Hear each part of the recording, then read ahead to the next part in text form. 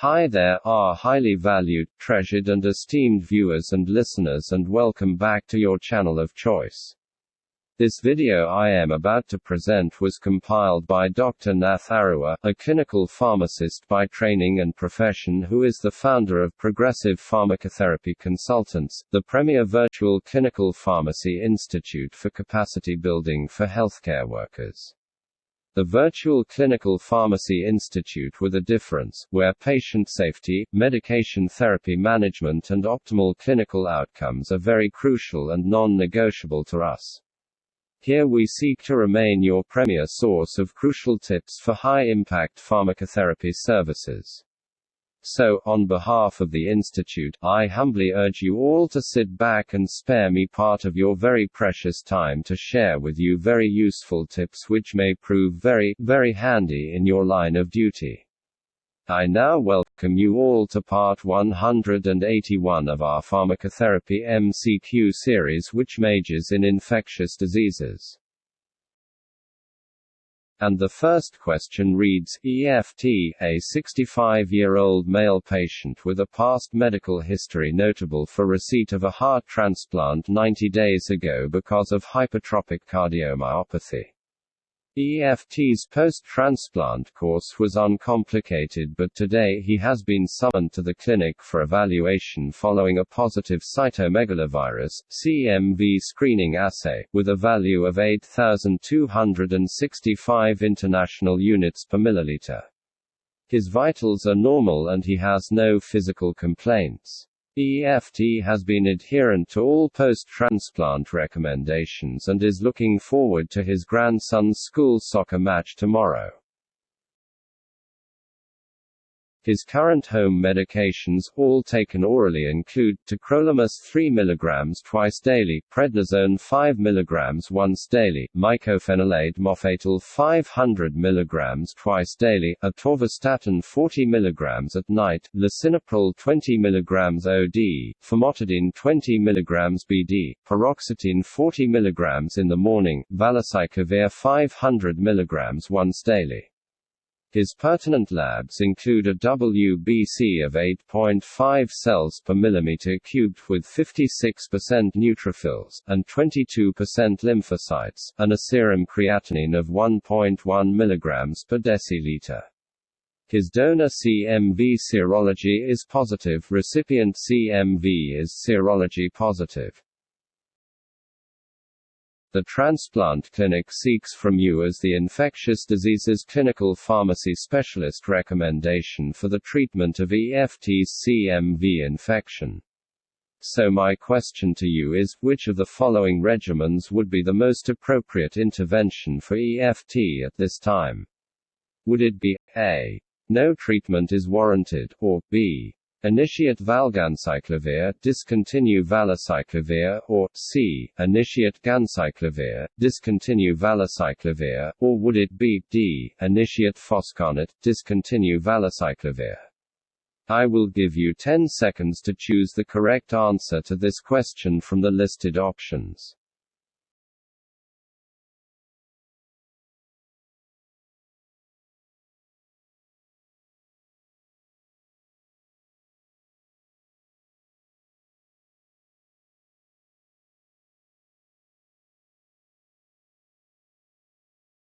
And the correct answer is B. Initiate Valganciclovir, discontinue Valganciclovir.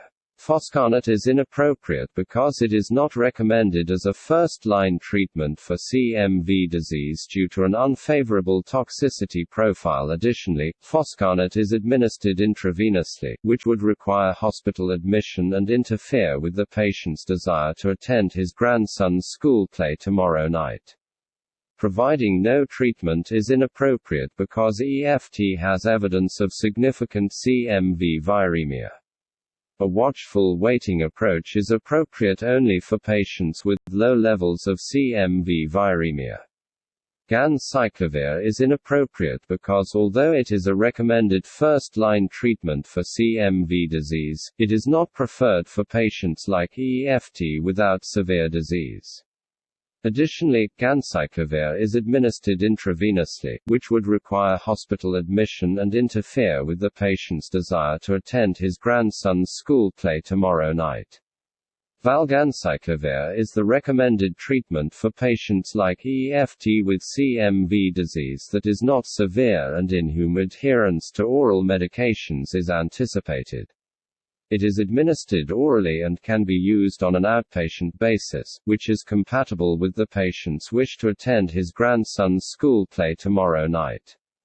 Please proceed to the next question. And the next question reads, PFF, is a 25-year-old female patient who received a deceased donor kidney transplant for polycystic kidney disease 12 months ago.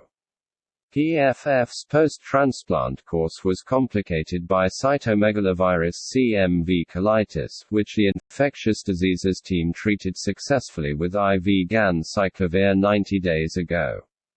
21 days ago, PFF received a corticosteroid and antithymocyte globulin for an episode of biopsy-proven acute rejection associated with non-adherence to immunosuppressant therapy.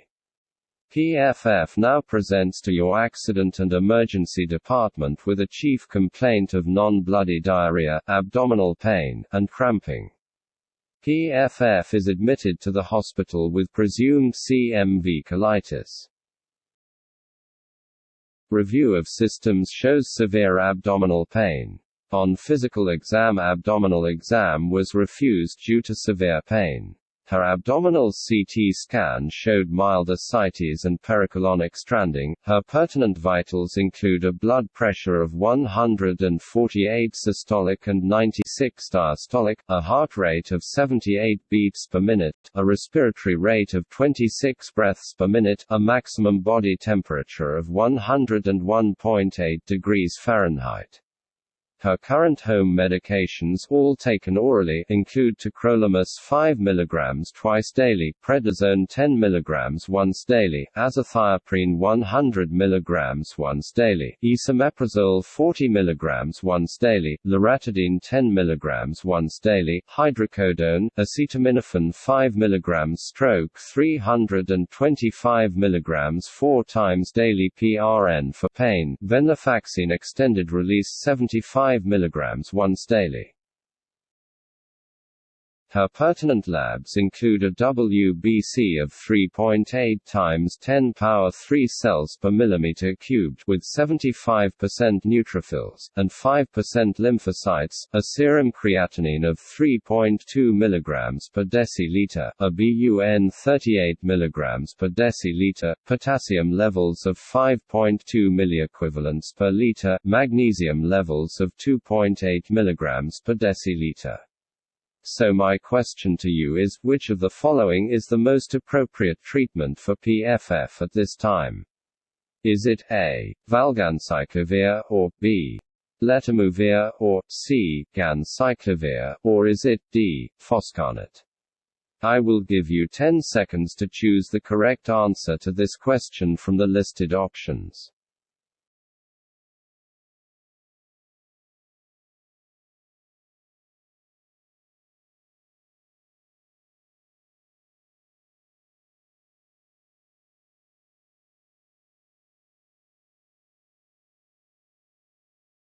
And the correct answer is C. Ganciclovir. Foscarnet is inappropriate for PFF because she has significant kidney dysfunction and no classic risk factors for Ganciclovir-resistant CMV disease, such as breakthrough infection on Valganciclovir prophylaxis or treatment-refractory disease. Ganciclovir is the preferred treatment for patients like PFF with severe CMV disease. Letermovir is inappropriate because it has not been studied for the treatment of CMV disease. Valganciclovir is inappropriate because PFF has severe CMV disease and a history of non-adherence to medications. Please progress to the next question. And the next question reads, which of the medications listed below is the most appropriate agent for antibacterial prophylaxis in a patient awaiting engraftment following matched-related donor hematopoietic stem cell transplantation (HSCT), according to the American Society for Blood and Marrow Transplantation, abbreviated as ASBMT, and National Comprehensive Cancer Network (NCCN)? Is it A, penicillin, or B, levofloxacin, or C, ciprofloxacin, or is it D, sulfadoxime? I will give you 10 seconds to choose the correct answer to this question from the listed options.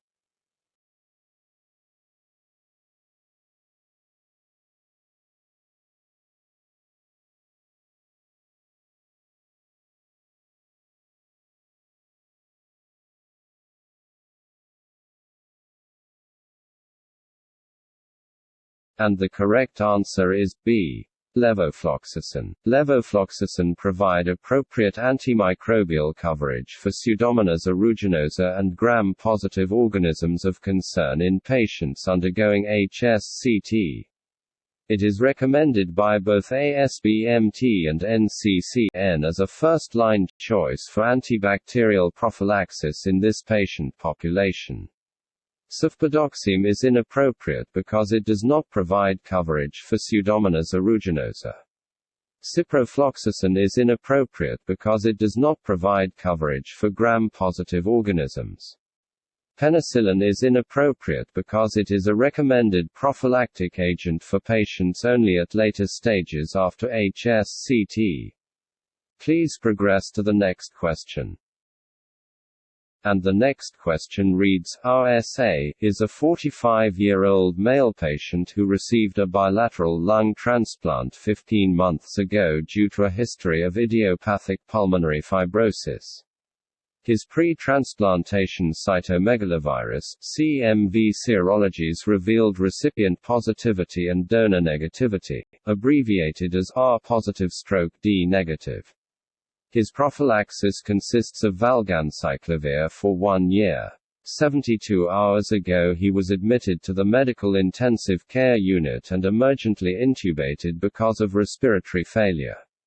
A CT scan showed diffuse interstitial pneumonitis. Valganciclovir was discontinued, and RSA was started on IV Ganciclovir for presumed CMV pneumonitis. Today he remains intubated although his oxygen requirements are stable. A serum CMV polymerase chain reaction test performed at the time of admission was positive with a value of 11,254 international units per milliliter, and genotyping performed at that time revealed a UL97 mutation with no mutations in UL54. So my question to you is, which of the courses of action listed below would be the best for RSA's clinical scenario at this time? Would it be A, add CMV immunoglobulin to Ganciclovir, or B, change Ganciclovir to cidofovir, or C, change Ganciclovir to foscarnet, or would it be D, continue Ganciclovir? I will give you 10 seconds to choose the correct answer to this question from the listed options.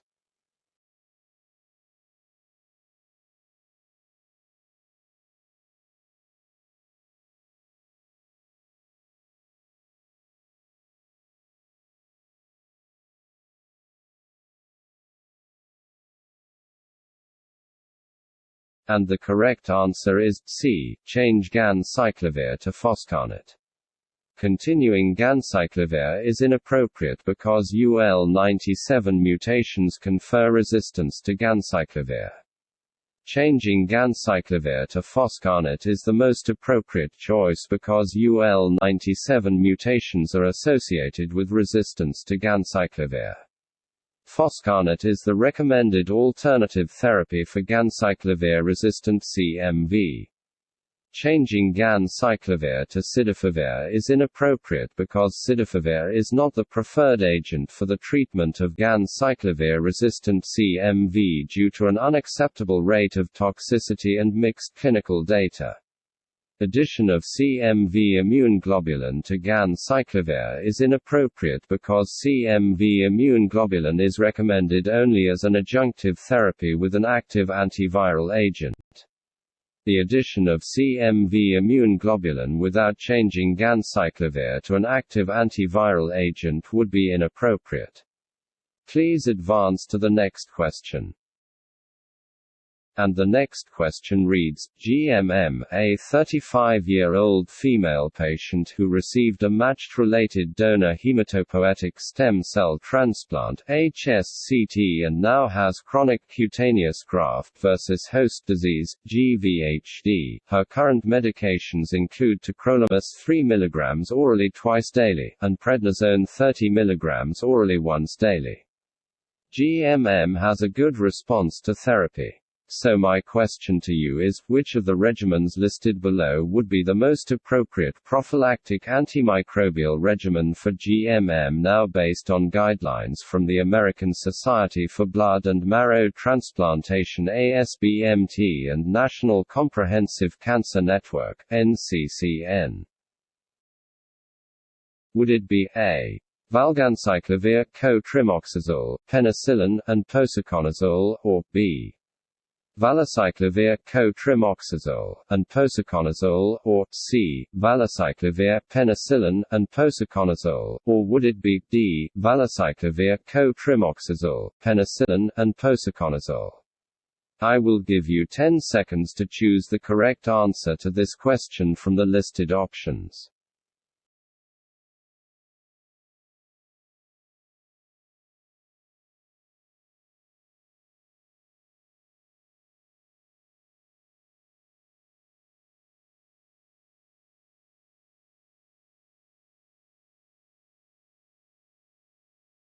And the correct answer is D. Valganciclovir, Co-trimoxazole, Penicillin, and posaconazole. Valganciclovir, trimethoprim sulfamethoxazole, penicillin, and posaconazole is the most appropriate choice because it provides prophylaxis for herpes simplex virus, varicella zoster virus, pneumocystis jirovecii, streptococcus pneumoniae, and fungal infections, all of which are recommended by ASBMT and NCCN guidelines. Valganciclovir, penicillin, and posaconazole is inappropriate because it does not provide prophylaxis for pneumocystis jirovecii. Valganciclovir, trimethoprim sulfamethoxazole, and posaconazole is inappropriate because it does not provide prophylaxis for streptococcus pneumoniae. Valganciclovir, trimethoprim sulfamethoxazole, penicillin, and posaconazole is inappropriate because it provides prophylaxis for cytomegalovirus infection, which is not routinely recommended in HSCT recipients with chronic GVHD. I will give you 10 seconds to choose the correct answer to this question from the listed options. And the next question reads, GMW, a 34-year-old male patient presents to your accident and emergency department with febrile neutropenia. He has a past medical history significant for acute myeloid leukemia that currently is in remission, who is receiving consolidation chemotherapy with high-dose cytarabine. On his chest CT scan, a large consolidation is detected in the left lower lobe. He has not taken antifungal prophylaxis for at least 2 months because his insurance declined to pay for his prescription drug. After 72 hours of persistent fever despite treatment with cefepime, levofloxacin, and vancomycin, GMW is initiated on liposomal amphotericin B. Regarding his pertinent labs, a galactomannan assay using a sample obtained by bronchoalveolar lavage, BAL, performed on the day of admission is positive with a value of 1.7, and branching, septated hyphae consistent with aspergillus were noted in the BAL fluid. So my question to you is, which of the regimen modifications listed below would be the most appropriate course of action for GMW at this time based on these new findings and guidelines from the Infectious Diseases Society of America (IDSA) and European Conference on Infections in Leukemia, abbreviated as ECIL? Would it be A. Change liposomal amphotericin B to caspofungin, or B. Change liposomal amphotericin B to posaconazole, or C. Change liposomal amphotericin B to voriconazole, or would it be D. Continue liposomal amphotericin B? I will give you 10 seconds to choose the correct answer to this question from the listed options.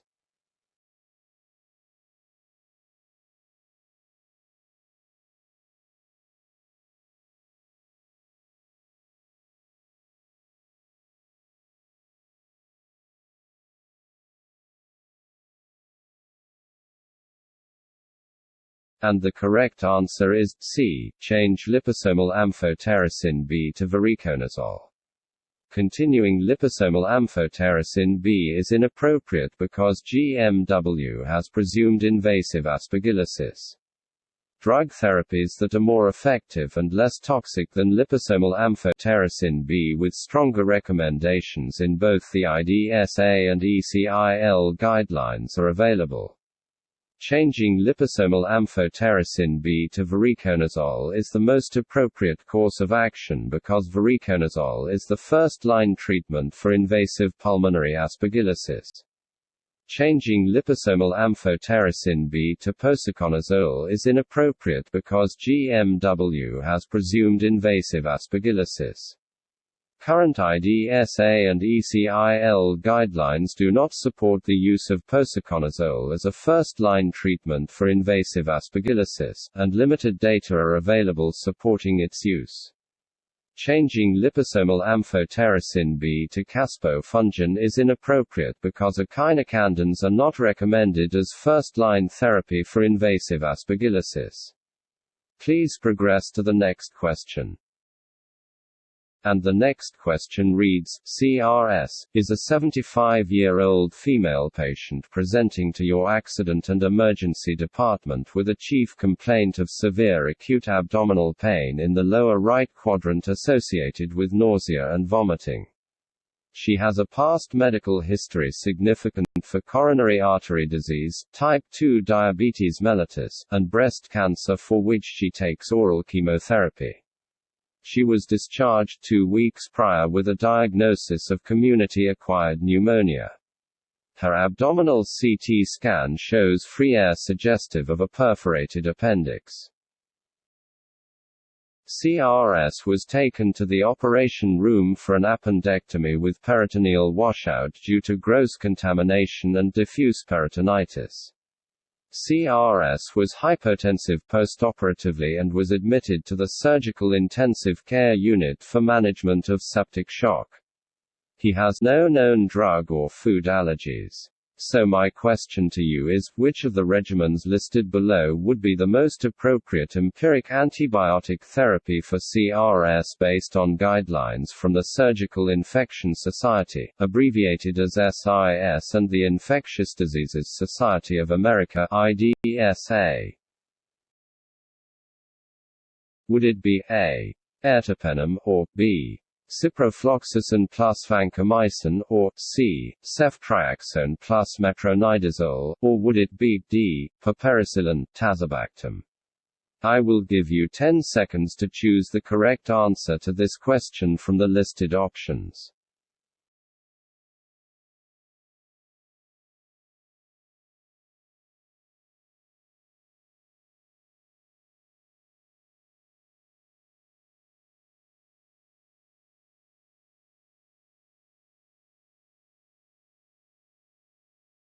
And the correct answer is D. piperacillin, tazobactam.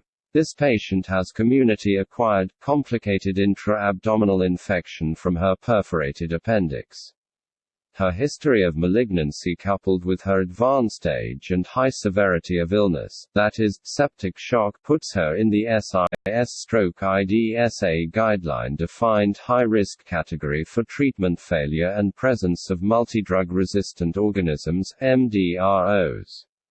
Piperacillin, tazobactam is the most appropriate empiric antibiotic therapy because it provides adequate coverage for MDROs, anaerobic organisms, and enterococci. It is the best choice for CRS. Ceftriaxone plus metronidazole does not provide adequate coverage against MDROs, including Pseudomonas aeruginosa. Ciprofloxacin plus vancomycin does not provide anaerobic coverage, which is needed because the perforation involves the lower colon. In addition, high rates of quinolone-resistant Escherichia coli have been documented, and these drugs should not be used unless susceptibility rates exceed 90%. Empiric use of vancomycin with coverage for methicillin-resistant Staphylococcus aureus is not necessary in patients with community-acquired, complicated intra-abdominal infection. Ertapenem has no activity against Pseudomonas or Enterococci. Enterococcus infection has been associated with high mortality in this high-risk group. This patient has a high severity of illness and requires use of agents effective against Enterococcus. Please advance to the next question.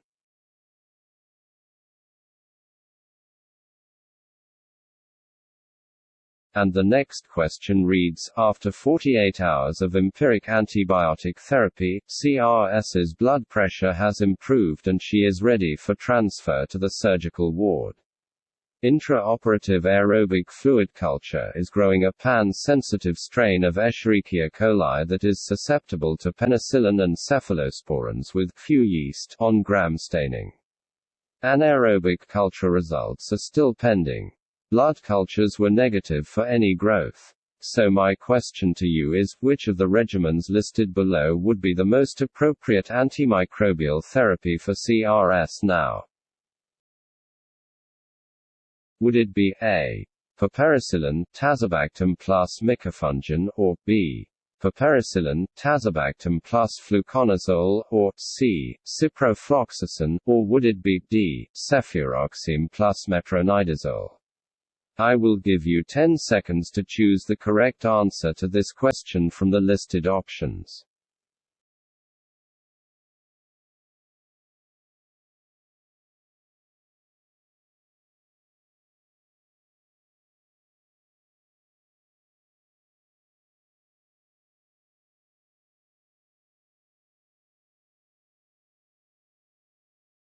And the correct answer is D. Cefuroxime plus metronidazole. Cefuroxime plus metronidazole is the most appropriate choice because it provides coverage for both Escherichia coli and anaerobes.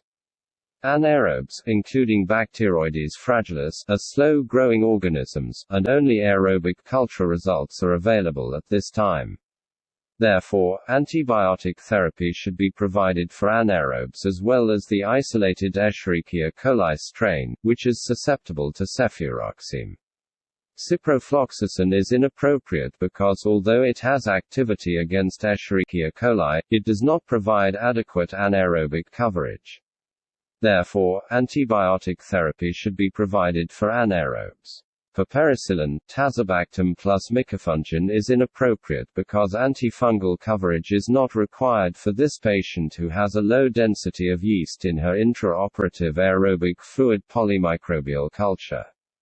Piperacillin, tazobactam and fluconazole is not the best choice. Although guidelines recommend antifungal therapy for patients with severe or high-risk community-acquired intra-abdominal infections if Candida is present in intra-abdominal cultures, this patient does not require an antifungal agent in view of the low density of yeast in her intraoperative aerobic fluid culture and her clinical improvement. So there you have it, our highly esteemed viewers and listeners, that brings us to the end of this video. If it benefited you in any way, kindly remember to give it a thumbs up, to like it and to share it widely with your peers. Please leave your comments at the bottom. And if you haven't yet done so, I humbly urge you to subscribe to our YouTube channel. I would like to promise you all that the very, very best is yet to come. Thank you very much for viewing this video. On behalf of our senior colleague, Dr. Nath Arua, I sincerely appreciate your partnership, continued support and kind collaboration. We look forward to interacting with you in the next video, which will be part 182.